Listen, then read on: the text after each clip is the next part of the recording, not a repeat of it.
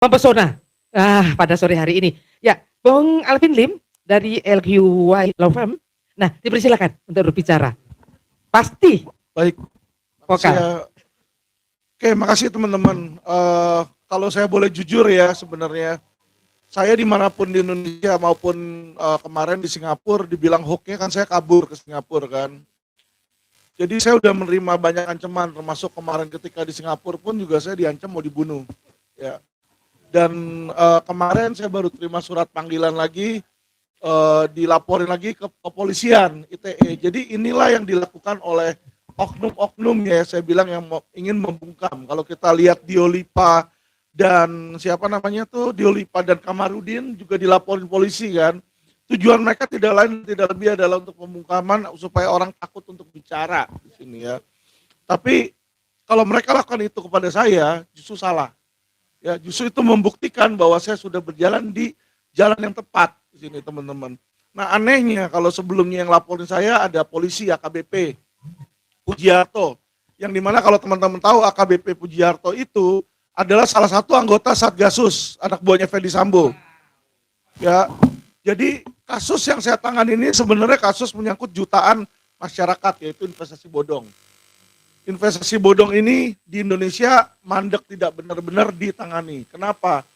Saya temukan bahwa mereka polisi-polisi ini bukanlah memberantas kejahatan tapi melindungi para oknum investasi bodong, teman-teman.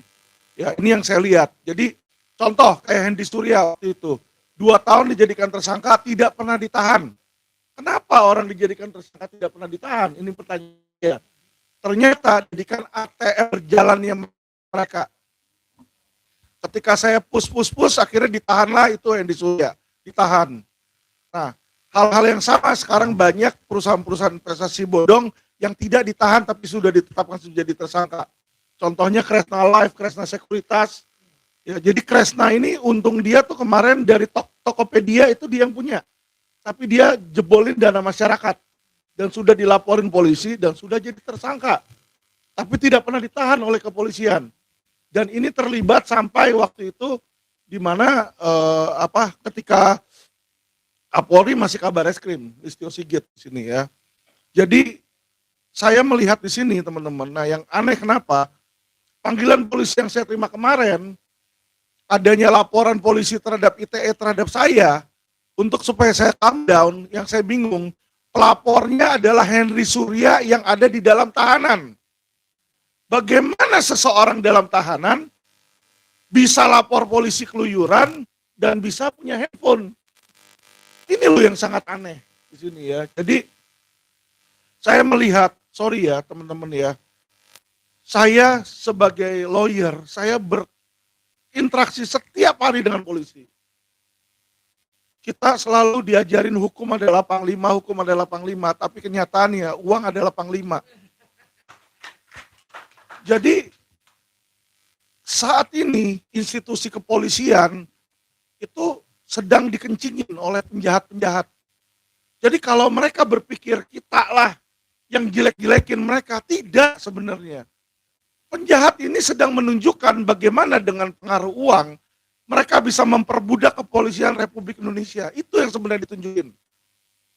Dengan bagaimana seseorang dalam tahanan bisa membuat laporan langsung ke SPKT, keluar dari dalam tahanan, itu membuktikan bahwa uang ini bisa mengontrol. Bagaimana seorang pinangki, contoh, vonis 10 tahun bisa turun ke 4, 2 tahun udah keluar, seperti itu. Ya, jadi ini teman-teman, saya bukannya menakut-nakuti, cuma kenyataan kalau yang serang saya adalah masyarakat yang keberatan dengan kata saya, kita masih make sense. Ini seseorang yang sudah dalam tahanan dijadikan tersangka, melaporkan saya balik, dibilang saya mencemarkan nama baik dia. Penjahat kok dicemarkan nama baiknya dari luar penjara keluar dalam SPKT. Dan melaporkan YouTube-nya Quotient, ini yang saya bingung. Setelah saya cari ternyata tidak ada masyarakat, tidak ada petinggi yang mau laporin saya. Dicarilah penjahat untuk laporin saya oleh polisi. Jadi informasi yang saya dapat, bukan yang di Surya yang mau Quotient TV ditutup. kepolisian oknum-oknum itu yang mau ditutup. Jadi kemarin ini sempat video 303 diturunkan.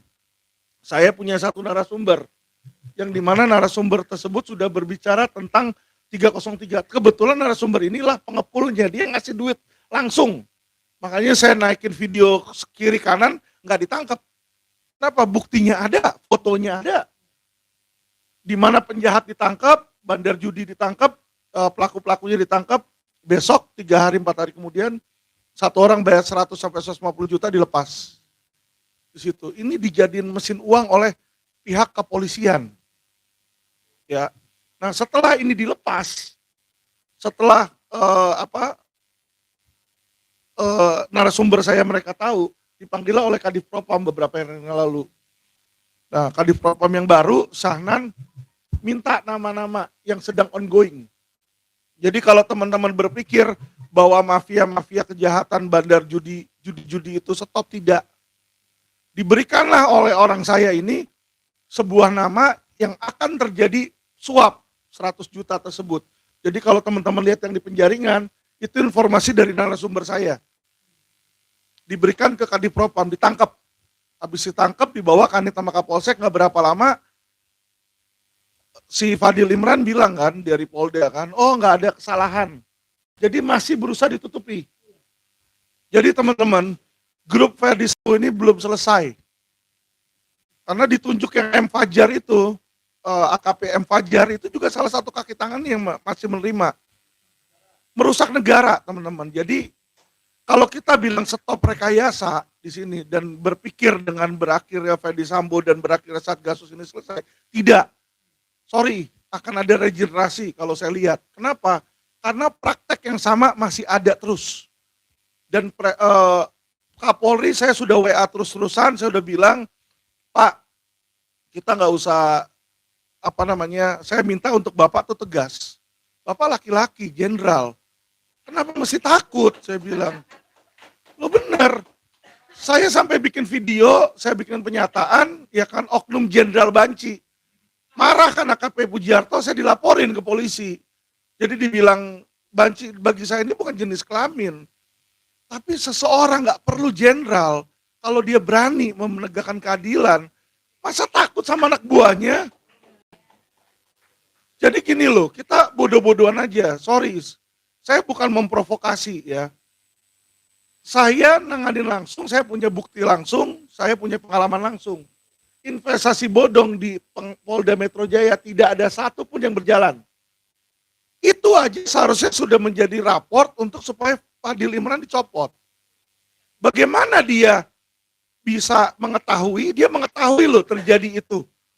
Malah yang ada teletabi kan, peluk-pelukan, menunjukkan kepada anak buahnya, saya dukung orang ini, kan gitu kan.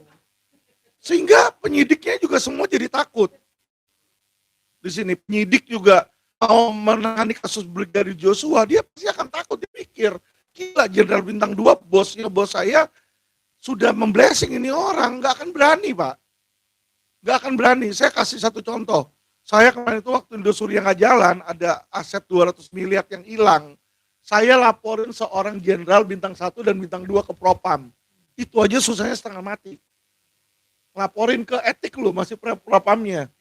Jawaban mereka, Pak, saya cuma bingung Pak, nanti yang mau meriksa siapa? Karena kan di Propamnya aja Ferdi Sambo itu Bintang 2. Terus saya bilang, ini bukan cuma kode etik, pelanggaran etik, tapi ada pelanggaran pidana pasal 421, penyalahgunaan wewenang. Jadi saya coba beranikan diri Pak, datang ke SPKT, saya melaporkan. Dibolak-balik kayak seolah-olah kayak mereka kayak orang bodoh. Kayak bilang, kalau laporin pidana ke polisi nggak bisa ke SPKT Pak Alvin, harus ke Propam katanya. Saya bilang, saya ke Propam, Propam bilang mereka cuma nanganin etik. Kalau laporin pidana tetap harus ke SPKT. Jadi nggak berani dibolak-balik, intinya mereka nggak berani menerima. Disinilah kita melihat bagaimana seorang oknum kalau itu adalah aparat penegak hukum pangkatnya tinggi, ya berkuasa, tidak akan berani dilawan, nggak akan berani ditindak. Ya, jadi saya melihat saat ini yang ada bukan hukum adalah panglima, teman-teman, tapi uang adalah panglima. Nah, untuk melawan di sini, untuk bisa merubah hanya ada tiga senjata. Satu, apakah kita orang yang super kaya raya, konglomerat, kita bisa beli itu semua penjahat-penjahat, singkirkan mereka. Dua, punya kekuasaan. Kalau nggak punya, ya cara ketiga, kita harus bersuara.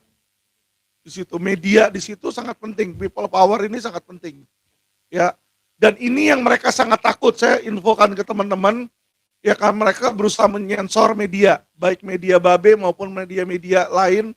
Kenapa saya bilang seperti itu? LQ kami punya jaringan media sekitar 100-an. Itu sudah banyak yang menerima ancaman, menerima sensor. Intinya jangan naikin berita-berita misalnya tentang Brigadir Joshua atau berita-berita yang menyudutkan. Ya, jadi mereka tahu bagaimana cara supaya berita-berita itu nggak naik. Makanya kalau teman-teman lihat kemarin yang pada nampilin berita-berita Brigadir Joshua itu sekarang udah nggak masuk Babe. Ya, jadi ini secara sistematik ini mereka punya tim cyber team ya yang kadang disalahgunakan. Nah, nanti kalau mereka terlalu vokal, apa yang dilakukan? Kayak dilakukan terhadap pojok satu, dihack supaya down. Ya, jadi saya kasih tahu teman-teman, inilah perbuatan intelektual dari oknum-oknum Polri ya. Nah, kenapa saya bicara di sini? Saya bicara bukan untuk kejelekan kepolisian, bukan untuk menggulingkan pemerintahan.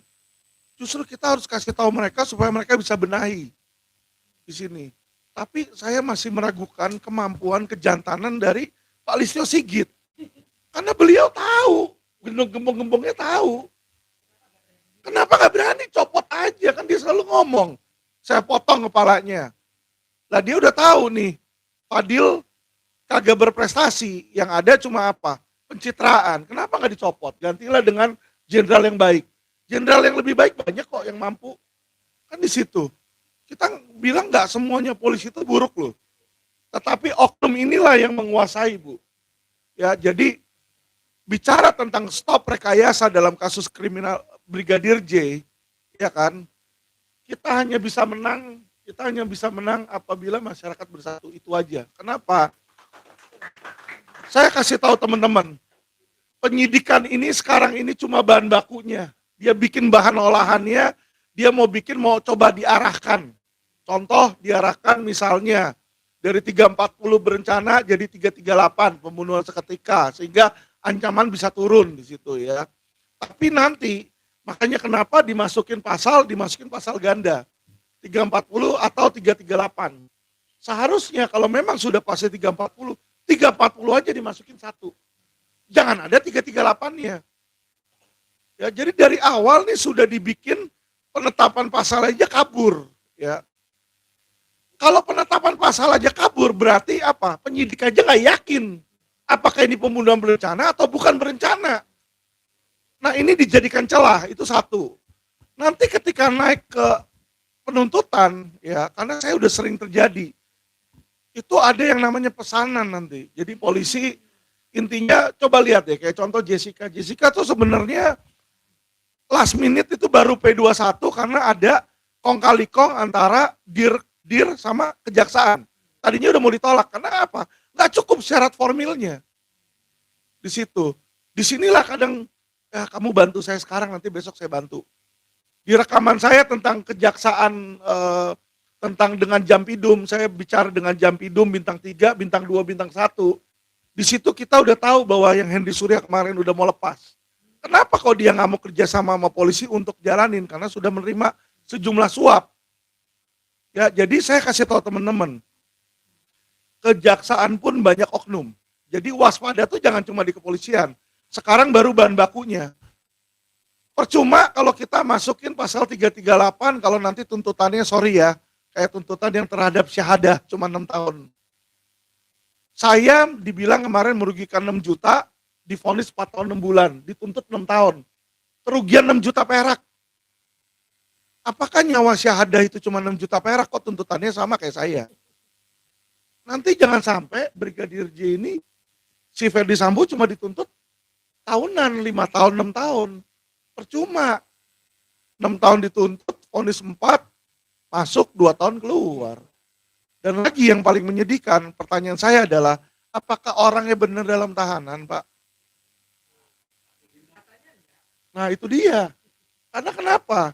Henry Surya aja yang katanya dalam tahanan, itu bisa laporin saya ke polisi, bisa pegang handphone. Kan lucu. Jadi kita melihat hukum ini hanya berlaku kepada masyarakat kelas bawah yang bisa ditindak. Kepada masyarakat kelas atas dan penguasa, hukum itu nggak berlaku. Ini loh yang saya merasa miris. Yang saya merasa miris di situ. Ya, jadi kalau kita pakai duit, kita bisa menang. Kalau nggak pakai duit, kita nggak bisa menang.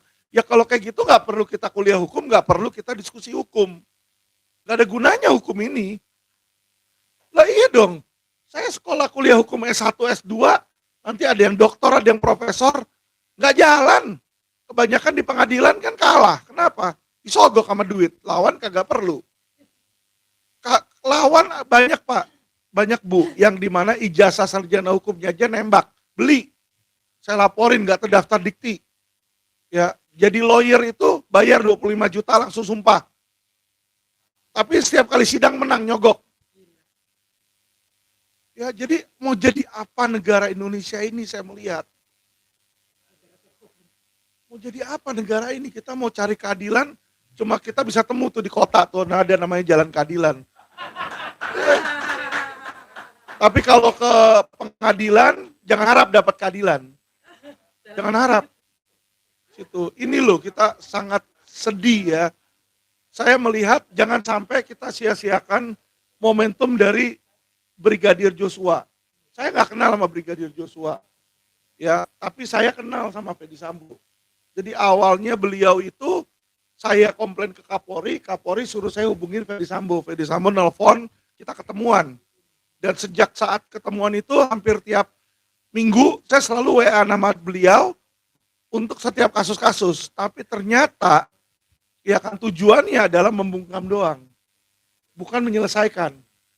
Jadi dia ternyata dia suruh anak buah dia laporin saya ke polisi. Ada WA-nya masih ini dari beliau ke saya tunjukin teman-teman. Jadi biar jangan jadi jangan jadi fitnah ya. Ini dari Sambo. Jadi yang dia pedulikan ini nih. Banyak WA-nya nih, ini dari Sambo nih. Ketika saya masukin video percuma lapor propam, dia marah, dia bilang, kenapa harus Anda viralkan di sini? Kenapa harus Anda viral cuma lapor propam? Dia marah, dia bilang, kenapa harus Anda viralkan di sini? Kenapa harus Anda viralkan ini? Mei 29 nih, 2022, sebelum kejadian. Pengaduan siapapun pasti ditanganin, ya kan? Lapor, tunggu aja diklarifikasi. Tunggu, tahanan di dalam udah diancam akan disiksa, saya bilang.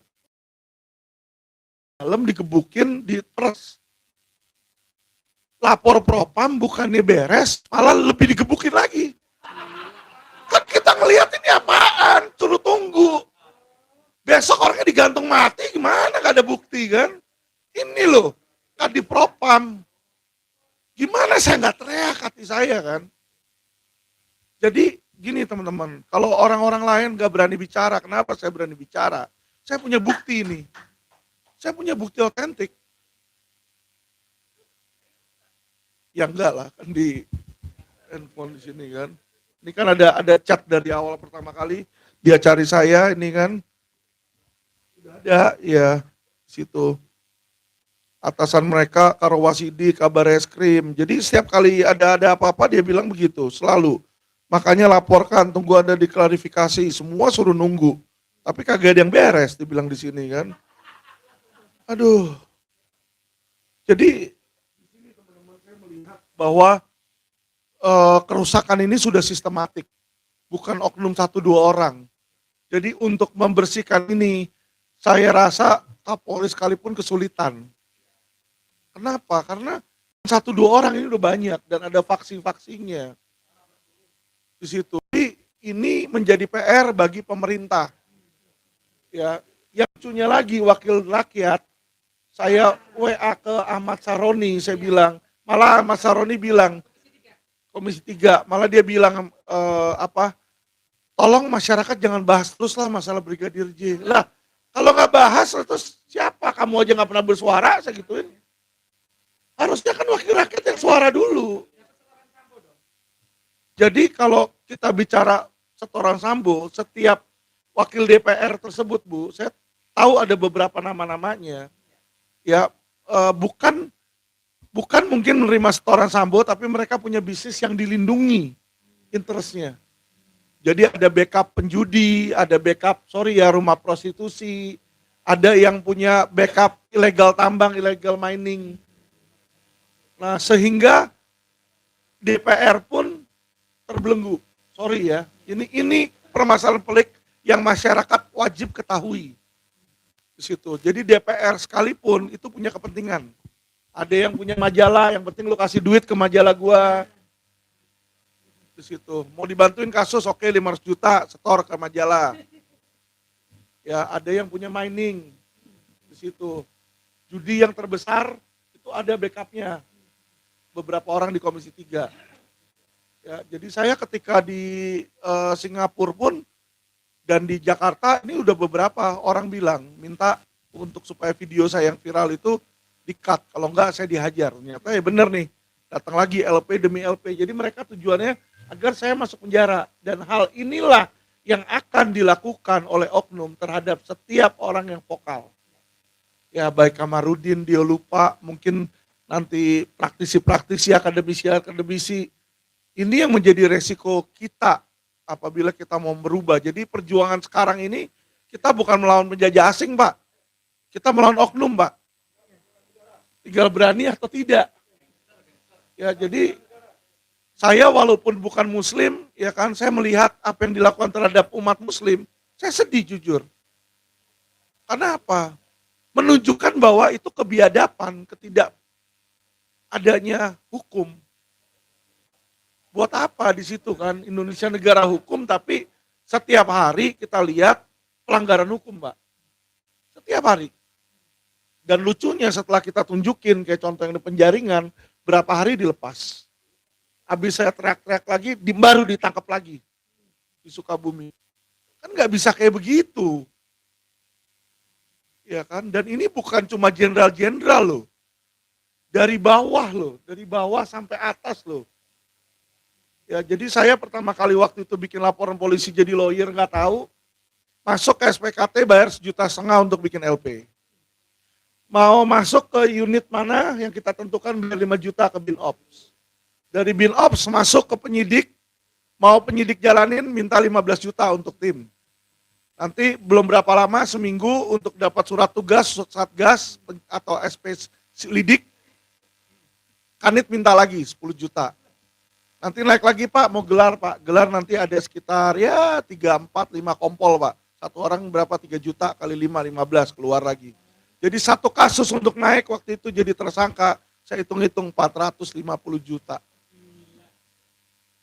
Di situ.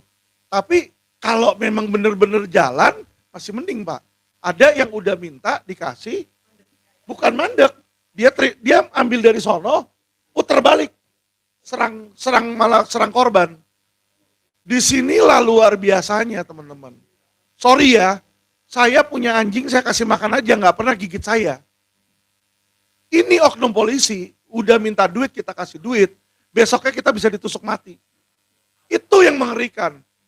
Lah, dia minta duit itu, saya udah kasih ratusan juta, malah yang ada klien saya ini mau dijeblosin. Jadi tiba-tiba korban investasi bodong, terima bagian bunga, dibilang, ini bukan bunga yang ibu terima kemarin, tapi ini komisi, jadi ibu juga marketing, ibu juga ikut serta jadi tersangka, mati nggak lo? Jadi otak polisi ini udah bodoh. Kita masukin, saya punya klien Maria Jenny, masukin 20 miliar. Dikasih 1 miliar. Dia bilang sebagai apa? Cashback. Jadi kayak kalau kita masukin awal dikasih semacam pelicin lah, keuntungan di awal seolah-olah kan. Dibilang sorry, itu komisi.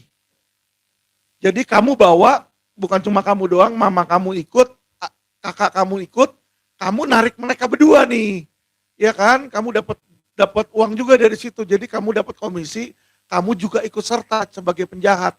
Jadi kalau sono jadi tersangka, kamu jadi tersangka juga. Di TSK-in setelah ngasih duit ratusan juta ke polisi. Jadi kan sama aja kayak kita punya anjing kita piara, kasih makan terus besoknya kita digigit. Kan lucu kalau kayak begitu.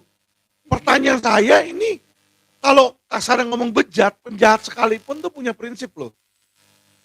Penjahat sekalipun. Ini saya bingung, ini polisi ini apa?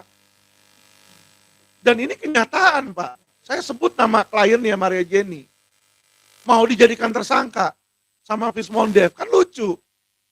Saya komplain ke Fadil, kemana, kagak dilayanin. Saya gedor terus ke kepolisian, saya gedor terus ke media. Saya satu-satunya yang bawel teriak sampai naik ke Tempo, naik ke Gatra, ya kan, kenapa? Kasihan dong, orang udah 20 miliar, bapaknya dia dokter terkenal namanya Indra Jaya. Ya dokter ahli bedah terkenal. Puluhan tahun kerja, kumpulin duit, ditipu, mau cari keadilan, malah ditusuk anaknya mau dijeblosin juga ke penjara. Kita namanya lawyer, sejahat-jahatnya kita ngeliat kayak begitu, saya nggak tahan. Saya bilang, saya nggak bisa ngikutin arus kayak begini. Saya bilang, ya kan, saya awalnya jujur, saya ikutin. Saya sogok mereka, dia minta sogokan saya kasih, awalnya saya ikut. Lama-lama saya lihat kayak begitu, wah gila ini, saya melawan hati nurani saya. Ya kan, untuk apa kayak begini? Akhirnya saya bongkar. Mulailah saya di posisi yang kasar ngomong musuh mereka. Tapi jangan salah, sebenarnya yang saya musuhi bukan kepolisian. Oknumnya. Oknum ini yang merusak kepolisian. Oknum ini merusak kepolisian, teman-teman. Dan kalau cuma di kepolisian doang, tugas kita sangat enteng. Bukan cuma di kepolisian, tapi juga di kejaksaan. Jaksa dari kecil, dari awal main kasus tuntutan, mau P21 tahan bayar 250 juta. Udah ditahan, nanti mau tuntutannya berapa? Mau rendah? Kamu nggak mau kasih tuntutan, ya udah saya main ke yang lawan. Jadi dia akan melihat siapa yang mau bayar nih, kiri apa kanan. Dan ini sampai ke atas, sampai jenderal-jenderalnya juga. Saya ada bukti rekaman, ada bukti penyerahan uang kepada Jenderal Bintang 2 Kejaksaan. Sampai ke sana saya ada. Kasih Pidum, Kajari, ada saya. Dan terakhir saya udah diancam sama Jampidum. Kalau sampai saya banyak bicara, kasus yang udah inkrah dia mau buka lagi dan dilakukan ini. Sudah inkrah. Jadi kasus yang kemarin saya disidangkan, itu sudah inkrah di MA. Udah disidang di PN, PT, MA. Udah ada putusan MA tahun 2020. 2022 disidangkan ulang lagi. Karena sudah inkrah. Karena dia nggak bisa cari celah lagi. Yang cecar saya, yang saya ini yang sangat vokal, tahu nggak? Istri saya nggak salah.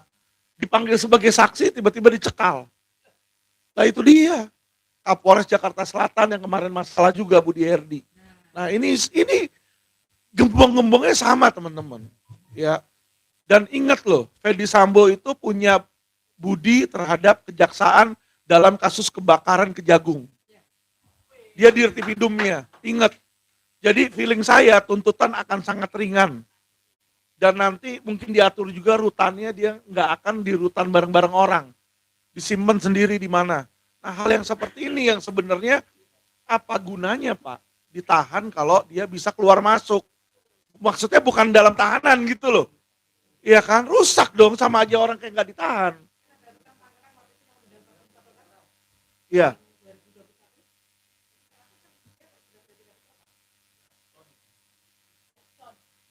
Itu dia, jadi saya takutkan nanti dia akan minta. Karena kenapa? Dia pegang rahasia kebakaran Kejagung loh. Dia pegang itu rahasianya. Kan nggak mungkin dong kebakaran Kejagung itu cuma pegawai-pegawainya. Kalau kata Ibu Irma Huta Barat cuma kera doang yang percaya kayak gituan. Ini gedung Kejagung loh, di mana Jaksa Agung berada, ruangannya. Masa sih nggak ada sama sekali orang kejaksaannya, satpamnya nggak ada, asprinya atau pegawainya nggak ada, bisa menghilang. Ini kan barang buktinya hilang semua kebakaran, hanya karena seputung rokok. Kita, nah itu dia. Tapi sepuntung rokok, kan nggak make sense. Pasti dia kasih cairan yang bisa buat cepat terbakar gitu kan, minyak atau apa, biar supaya cepat tersambar. Itu orang bodoh juga sebenarnya tahu. Tapi inilah saya bilang, ini negara sudah bahaya Pak. Kalau saya lihat, jadi benar-benar kekuatan massa kita harus kumpulkan di situ, ya. Dan media kita harus bersatu, jangan sampai media itu di syuting-syuting. Kebenaran harus dikeluarkan di situ. Rusak kalau nggak ini negara, rusak ini. Ya, terima kasih teman-teman. Aduh, luar biasa ini.